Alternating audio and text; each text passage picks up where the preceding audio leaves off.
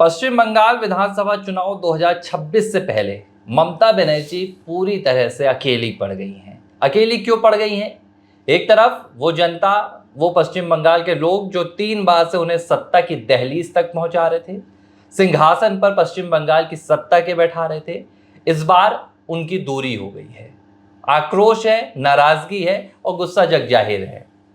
अब पश्चिम बंगाल में एक और मुसीबत ममता बनर्जी के सामने आ गई है। पार्टी के भीतर दरार की, टूट की, बगावत की। हालांकि इसमें कोई नई बात नहीं कि 2021-22 में भी पश्चिम बंगाल में जो 2021 के विधानसभा चुनाव हुए थे उससे पहले भारी बगावत देखी गई थी। लेकिन जैसे ही परिणाम पश्चिम बंगाल की मुखिया ममता बनर्जी के पक्ष में गए, उन्होंने ताकत और शक्ति के बलबूते वो तमाम बगावतों को रोक लिया। अभिषेक बनर्जी और ममता बनर्जी के दरमियान भी ऐसी कई बातें निकल कर आई। लेकिन अब जिस लिहाज से बीते दिनों पश्चिम बंगाल में जो स्थिति पैदा हुई, जो वहाँ से खबरें निकल कर सामने आई, जो हालात बिगड़े, उनके बाद पार्टी के भीतर एक बड़ी नाराज़गी है।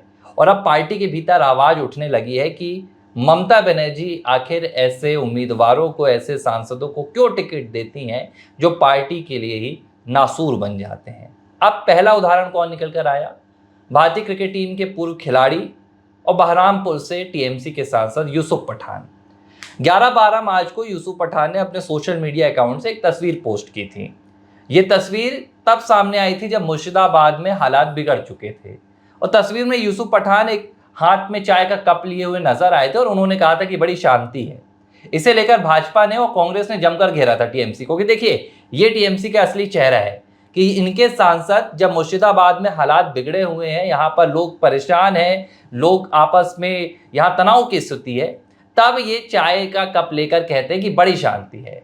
लेकिन कहानी ये नहीं है कि विपक्ष ने इस तस्वीर की आलोचना की थी। विपक्ष ने यूसुफ पठान के इस रवैये को सवालों के कटघरे में खड़ा किया था।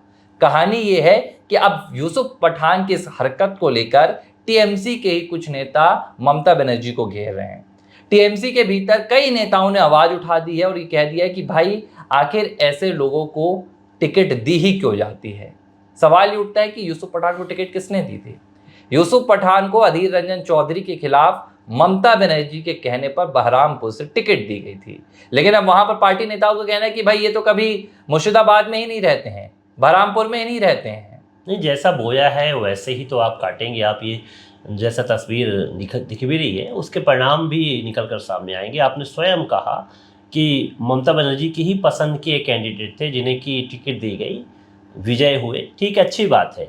लेकिन एक ऐसा समय रहता है कि जैसे टीएमसी सत्ता में है, टीएमसी पावरफुल है और ऐसा लगता है कि टीएमसी के अगर टिकट मिलती है तो हम जीत कर आ जाएंगे, सत्ता में पहुंच जाएंगे। ठीक है, पहुंच भी गए, आप सांसद बन गए, ये तमाम चीज़ें निकल कर सामने आई। लेकिन क्या किसी चिर परिचित चेहरे को टिकट इस बात पर दे देना चाहिए कि उसमें जीत की संभावनाएं हैं और इसको अगर हम देते हैं तो फ़ायदा होगा? ऊपर से अल्पसंख्यक चेहरा है, उसको हम ये मानते हैं, जबकि बहुत सारे अल्पसंख्यक चेहरे हैं जो पश्चिम बंगाल में टीएमसी में रहते हुए काम कर रहे हैं, उनको टिकट नहीं दी गई, लेकिन यूसुफ पठान को टिकट दी गई। यूसुफ पठान क्रिकेटर हैं, वो ज़्यादातर उस अपने संसदीय क्षेत्र पे नहीं रह पाएंगे, ये सबको पता था। और अन्य जो राजनीति और क्रिकेटिंग फील्ड से दोनों जुड़े हैं वो इस तरह से सामंजस्य स्थापित नहीं कर पाते। बहुत ही कम राजनेता इस तरह से काम कर पाते हैं। तो तस्वीर निकल कर सामने आई। अब आप ये बताइए कि दरार क्यों ना आए टीएमसी में, क्योंकि ऐसे हालात जब बनेंगे, विपरीत हालात बनेंगे और पश्चिम बंगाल की मुखिया ममता बनर्जी इन हालातों को दरकिनार करते हुए बड़ी बड़ी सभाएं करती हैं और भाषणबाजी में किसको दोषी देती हैं वहाँ के हालातों के लिए? केंद्र सरकार को, कि ये सब बीजेपी ने करा दिया, केंद्र सरकार ने करा दिया और पूरी साजिश करती हैं। जबकि तस्वीर ये है कि वहाँ के जो विपरीत हालात बने, जो जान माल की हानि हुई, उसके पीछे ममता बनर्जी की ही नाकामी साफ साफ दिखती है। वहाँ के हालात बहुत ही विपरीत दिखते हैं, जहाँ पर कि कोई भी जो प्रशासनिक तंत्र है काम ही नहीं कर पा रहा है और आप दोष दे रहे हैं केंद्र सरकार को, आप दोष दे रहे हैं बीजेपी को। तो इस बीच में जबकि वहाँ के टीएमसी नेताओं को पता है कि आने वाले वक्त में चुनाव है और ममता बनर्जी का जो रवैया है इस तरह से है, एक जो स्वयं ही निर्णय लेना है, स्वयं ही अपनी बात करनी है, तो इनकी अगुवाई में क्या हम चुनाव जीत पाएंगे? क्या ये प्रचार प्रसार करने हमारे क्षेत्र में आएंगी तो क्या हमें फायदा होगा? और जाहिर सी बात है कि कोई भी एक संसदीय क्षेत्र हो या एक विधानसभा क्षेत्र हो, वहां पर सभी वर्ग के लोग रहते हैं। कोई भी एक राजनेता ये नहीं चाहेगा कि इसी वर्ग के ही वोट मिले, वो दूसरे वर्ग के ही वोट लेना चाहेगा। कई ऐसे संसदीय क्षेत्र हैं जहां पर कि बहुसंख्यक वर्ग के लोग भी रहते हैं, तो ये टकराव की स्थिति क्यों पैदा करें और ऐसे हालात क्यों विपरीत करें? देखो, असुरक्षा दोनों जगह होती है। कोई अल्पसंख्यक वर्ग भी नहीं चाहता कि उसके आसपास क्षेत्र किसी भी तरह का हालात ऐसे बने जिससे कि हम उस परिसर में रह ना पाए और ऐसे विपरीत हालात बने। दुश्मनी में कोई नहीं रहना चाहता, लेकिन ममता बनर्जी ऐसे हालात को जन्म देने वाली है, तो जनता के बीच में उनका भरोसा तो लगातार कम ही होगा। और जो वहाँ के राजनेता है उनके प्रति भी भरोसा लगातार कम इसलिए हो रहा है क्योंकि नेतृत्व की बात है, लीडरशिप की बात है। अगर लीडरशिप बेहतर नहीं होगी, और 3 बार वो चुनाव जीत चुकी है, चौथी बार बड़ा मुश्किल होगा। सत्ता विरोधी लहर तो तीसरी बार ही समझ में आने लगती, फिर भी उन्होंने चुनाव जीत लिया, लेकिन हर समय ऐसा नहीं होगा। इसलिए उनकी भाषणबाजी का एक अलग ही अंदाज आप देखिए। उसमें से यूसुफ पठान जैसे जो सांसद हैं और भी उनके लिए नाकामी पैदा कर रहे हैं, तो आंतरिक रूप से जो है इस पे बात होने लगी है। टीएमसी के नेताओं में बिखराव है, इसी वजह से बीजेपी वहां पर काफी पावरफुल इस वक्त नजर आ रही, क्योंकि मुद्दों को भुनाने के लिए बीजेपी और अपने जो मुद्दे रख रही है, कहीं ना कहीं वो मुद्दे सही है। और एक हालातों के विपरीत में वहां की जनता ही बोल रही है कि राष्ट्रपति शासन यहां पर लगा देना चाहिए। तो आप कहां जाएंगे? जनता की ही आवाज है, वो किसी पॉलिटिकल पार्टी से जुड़े नहीं है। तो और एक बहुत तस्वीर जो बन रही है, विहिप की बात भी निकल के आ रही कि वो तो आंदोलन की रुख की ओर है, पूरे भारत में आंदोलन करने वाली है कि राष्ट्रपति शासन यहाँ पर लगाया जाए, क्योंकि हालात वहाँ सुधर नहीं रहे हैं, एक वर्ग को यहाँ पर टारगेट किया जा रहा है। तो तमाम हालात बहुत विपरीत है, तो टकराव तो होगा। चुनाव जैसे जैसे नजदीक आएंगे ऐसी तस्वीर और आएंगी। और जब टीएमसी के लिए ऐसा लगता था कि वहां से टिकट मिल जाए तो हम जीत जाएंगे, अब ऐसे हालात नहीं होंगे। स्वयं मेहनत करनी पड़ेगी वहां के कैंडिडेटों को, सिर्फ ममता के चेहरे पे इस बार का चुनाव नहीं होने वाला है। कहावत है ना, जैसा बोया वैसा काटा। ये ममता बनर्जी थी जिन्होंने कांग्रेस को तोड़ा, कांग्रेस को तोड़कर उन्होंने टीएमसी की स्थापना की। धीरे धीरे 2011 आते आते ममता बनर्जी मुख्यमंत्री बन गई। अब आप देखिए कि आज भारतीय जनता पार्टी का जो पश्चिम बंगाल में सबसे बड़ा नेता है, जिसने फिलहाल ममता बनर्जी के नाक में दम कर कर रख दी है, वो कोई और नहीं है, वो टीएमसी से ही निकल कर आने वाले नेता शुभेंदु अधिकारी। उन्हें लगा था कि ममता बनर्जी ने ये जो टीएमसी बनाई है ये पश्चिम बंगाल के लोगों के हित के लिए है, लेकिन जब उन्होंने धीरे धीरे समझा कि ये हित पश्चिम बंगाल का नहीं है बल्कि ये हित तो ममता बनर्जी का है, ममता बनर्जी अपने फायदे के लिए कर रही हैं, तुष्टिकरण की राजनीति के लिए उन्होंने अपना रास्ता किनारे कर लिया। उन्होंने नंदीग्राम के लिए पिछले चुनाव में ममता बनर्जी को चुनौती दी और चुनौती के बाद उन्होंने साबित भी कर दिया। नंदीग्राम से ममता बनर्जी की हार पिछले चुनाव में ही ये बात के लिए काफी थी कि ममता बनर्जी की जो सत्ता है अब वो ज्यादा दिन टिकने नहीं वाली है। और आप देख लीजिए आज क्या हालात बन रहे हैं। ये सिर्फ यूसुफ पठान का एक मामला नहीं है कि यूसुफ पठान को लेकर ये आवाज उठाई जा रही है, बल्कि ये नेताओं को मौका मिल रहा है।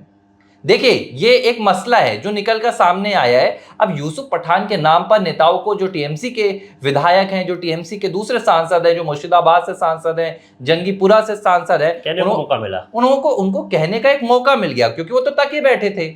उन्हें बस एक मसला चाहिए था जिसे लेकर वो सीधे से टीएमसी को घेर सकें। अब उन्होंने ये कहना शुरू कर दिया है कि अगर यूसुफ पठान जैसे जो नेता हैं, जिन्हें रहमो करम पर टिकट दी गई है, जिन्हें हाईकमान से टिकट मिली गई है, अगर वो जनता के साथ अपने संबंध को इसी तरह का रखते हैं, दूरियां बना कर रखते हैं, तो हम ममता बनर्जी से और टीएमसी के हाईकमान से ये मांग करेंगे कि ऐसे सांसदों को अगली बार टिकट ना दी जाए। जाहिर सी बात है, देखिए ये मांग नहीं है, ये एक लिहाज से बगावत है जो ममता बनर्जी के खिलाफ इशारे कर रहे हैं कि अब आप अपनी मनमानी बंद कर दीजिए। और ये अब तब आप होता है, कब होता है आप देखिए, ये तब होता है जब आपको समझ में आता है कि अब सत्ता हाथ से फिसलने वाली है, क्योंकि ममता बनर्जी का जो राज है वो बंगाल से खत्म होने वाला है, वो इस दिशा में बढ़ रहा है। तो जो सांसद हैं जिन्होंने अपने बलबूते पश्चिम बंगाल में, चाहे वो टीएमसी के सांसद जो अपने लोकसभा क्षेत्र में काम करते हैं, जो जनता के बीच में रहते हैं, उन्हें तो चिंता सताएगी कि भाई हम तो यहाँ पर मेहनत करते हैं, लेकिन आपके फैसलों की वजह से, आपके बयानबाजी के चलते,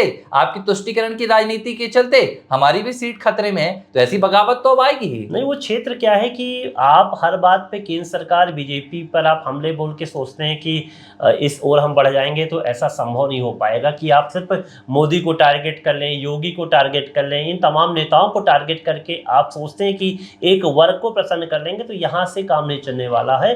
पूरे वोट ऐसे नहीं होते हैं, सभी हालात देखे जाते हैं। लीडरशिप वो होती है कि सभी के कल्याण के लिए हो। देखिए, अल्पसंख्यक के समुदाय भी समझता है कि शांति से वो भी रहना चाहता है। वो बार बार की लड़ाई झगड़ा, टूट फूट, इन तमाम पे कोई भी नहीं पड़ना चाहता। सभी को शांति प्रिय होती है और शांति स्टेट में सभी चाहते हैं। तो मुझे लगता है कि ये जो टकराव है, जो बिखराव है, ये आगे की भी पटकथा लिखेगी, भविष्य की पटकथा को दिखाएगी कि तस्वीर क्या होने वाली है। देखिए, ये तो साफ रहता है, जब आपको हरियाली दिखती है तो आपके साथ काफिला जुड़ता जाता है, और जब आपको अंधेरा दिखता है तो यही काफिला बिखरने लगता है। पश्चिम बंगाल में टीएमसी के साथ अब यही हालात पैदा हो गए हैं। वो लोग जो कभी भाजपा छोड़कर, कांग्रेस छोड़कर टीएमसी के लिए जाते थे, अब उन्हें ममता बनर्जी के नेतृत्व में अंधेरा दिखने लगा है और बगावत भी आने लगी। और आप देखिए 26 तक कैसे कैसे हालात भी बिगड़ेंगे। ABC हिंदी न्यूज, आज ही जुड़िए हर खबर के साथ